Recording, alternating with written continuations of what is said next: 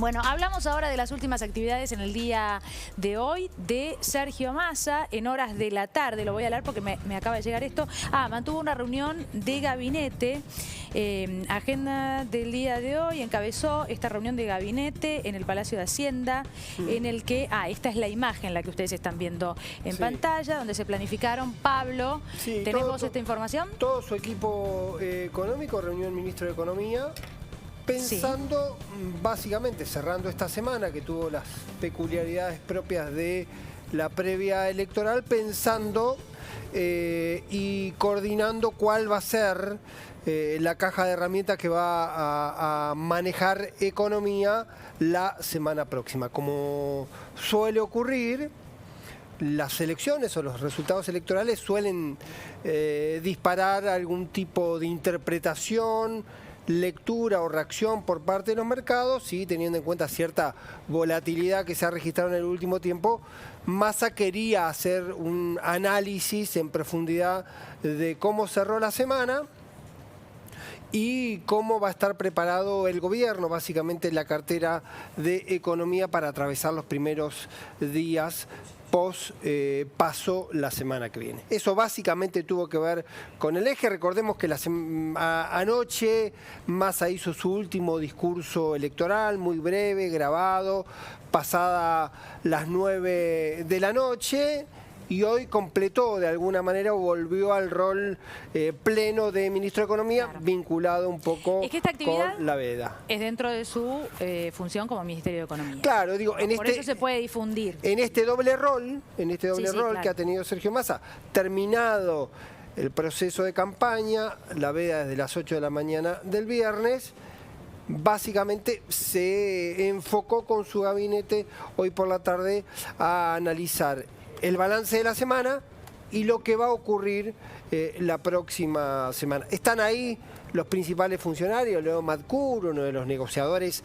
fundamentales del Ministerio de Economía con el Fondo Monetario Internacional. Uno debe recordar que esa negociación tuvo una pausa, queda pendiente para cómo va a continuar luego de las elecciones del domingo el desembolso acordado, prometido de los 7.500 millones que debería llegar en lo que resta del mes de agosto, y todo el equipo analizando. También estaba, por ejemplo, la secretaria de Energía, Flavia Rollón, también evaluando medidas que tienen que ver con tarifas. Recordemos que hace unos días hubo alguna polémica con el tema tarifario. Rollón salió a explicar también cómo había sido ese proceso respecto a que algunos usuarios habían recibido aumentos importantes. Entonces son distintos elementos que se repasó hoy en la cartera de Economía Sergio Massa con todo su equipo. Pablo, mira, te pregunto por esto porque entiendo que no estamos interfiriendo, ¿no?, en lo que tiene que ver con la veda electoral, sino con algo que tiene que ver con la gestión económica, con las negociaciones con el fondo, y algo de lo que podríamos hablar más libremente si Massa no fuera ministro, pero en realidad son funciones distintas, ¿no?, la de candidato, o conviven. Sí. Hace un tiempo hablábamos con Javier Timerman acá, esto de que el fondo en realidad no hubiera querido, porque lo que planteaba Timerman es, lo ideal hubiera sido que se postergaran vencimientos y se volviera a hablar del Fondo Monetario Internacional en el mes de diciembre recién, ya con un presidente electo, para que el fondo se mantuviera totalmente distante. Esto no fue posible, esto es lo que él nos planteaba, y nosotros, en unanimidad, pensábamos, bueno, la verdad es que el fondo podría haberse mantenido distante, tomando una decisión de ese tipo. Incluso ahora hay un vencimiento postergado para la semana próxima, lo cual deja, ¿no?, la sensación de que el fondo espera a ver qué resultado, y en el medio de esto, más allá de los resultados, estamos todos los argentinos. Sí. A ver. Coincidamos el otro día que lo que uno puede entender, que a mi entender erróneamente, como neutralidad del fondo, que además lo decía Timerman la semana pasada, el fondo se queda con el costo político de haber intervenido muy fuerte en la elección del 18-19 y haber operado en profundidad. ¿Tiene costo político? Dando Perdón, digo a que aquel episodio, Sí, lo marca fuertemente. tomando sí, aquella sí. base, usan como argumento para decir no nos queremos involucrar en el proceso electoral. Sin Sí, embargo, pero te involucrás. claro, digo, porque el no involucramiento, el hecho de que el fondo suspenda todo el proceso de la negociación a después de la PASO supone un involucramiento. ¿Por Claro. qué? Porque en medio, teniendo en cuenta la fragilidad de reservas que tiene el Banco Central y el Estado argentino, que haya seguido Sí, sí, activo el calendario de pagos, obligó, por ejemplo, al gobierno a hacer esta negociación contrarreloj, 48 horas, con Qatar para conseguir estos fondos, para negociar además un crédito puente con la CAF para poder pagar el fondo. Es decir, Pagar con yuanes para no usar reservas. una todo neutralidad, si uno quiere hablar de una neutralidad, también hubiese implicado los pagos quedan también para luego de las elecciones, no solo los desembolsos, que son los que podrían dar Exactamente. alguna tranquilidad al Estado argentino para hacer frente, además, a fondos, a pagos que son con el mismo organismo. Claro. No deja de ser un pasamano, insisto.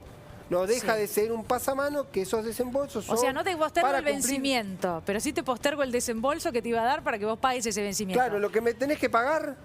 Es una situación dificilísima Exacto. para cualquier candidato. Por Hay que eso ser digo justos. que en ese caso específico, ese tratamiento de distancia no lo tuvo el fondo en el 2019. Bueno, saquemos a Massa candidato, olvidémoslo por un momento para no interferir en nada que no tengamos que interferir, ¿no?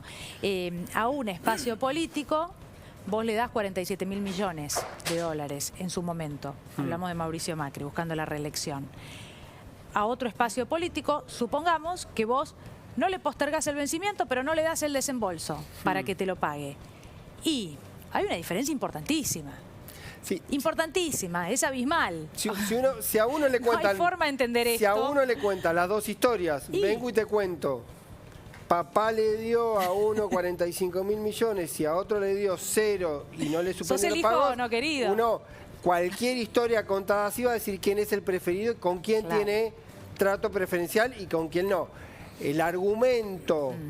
El argumento del fondo es que en aquel momento, Sí. ¿sí? Eso obligó a una renegociación que fue, tuvieron que venir los representantes del fondo a hablar con el que había surgido casi el día de la PASO como futuro presidente y empezó una negociación tercerizada porque quedaba por delante Claro. 5 meses de gobierno, una negociación muy dura con el fondo. ¿Vos recordás? También es un dato para repasar. El préstamo inicial había sido de 54.000 millones Sí, claro. y decide el gobierno, el Alberto Fernández dice, presidente, gracias. que el presidente todavía ni siquiera era presidente electo, era prepresidente electo. En todo caso, esa cuestión, con además todas las derivaciones que también tuvo en aquel momento, lo charló en su momento Cristina Fernández de Kirchner en el reportaje que hizo con C5, con Duro de Mar, con Dugan hace algunas semanas sobre el precio del dólar. Hay una serie de Dólar a elementos. 60. Bueno, pero que hay una serie de elementos Sí. que se impactan con eso y que naturalmente tienen una espalda distinta para atravesar estos días, tener o no tener esos recursos de los que podría eventualmente disponer el gobierno argentino, o si no hubiese tenido que cumplir con los pagos pendientes, o si hubiese tenido los desembolsos para sacarse de encima esos compromisos Bien. antes de las elecciones.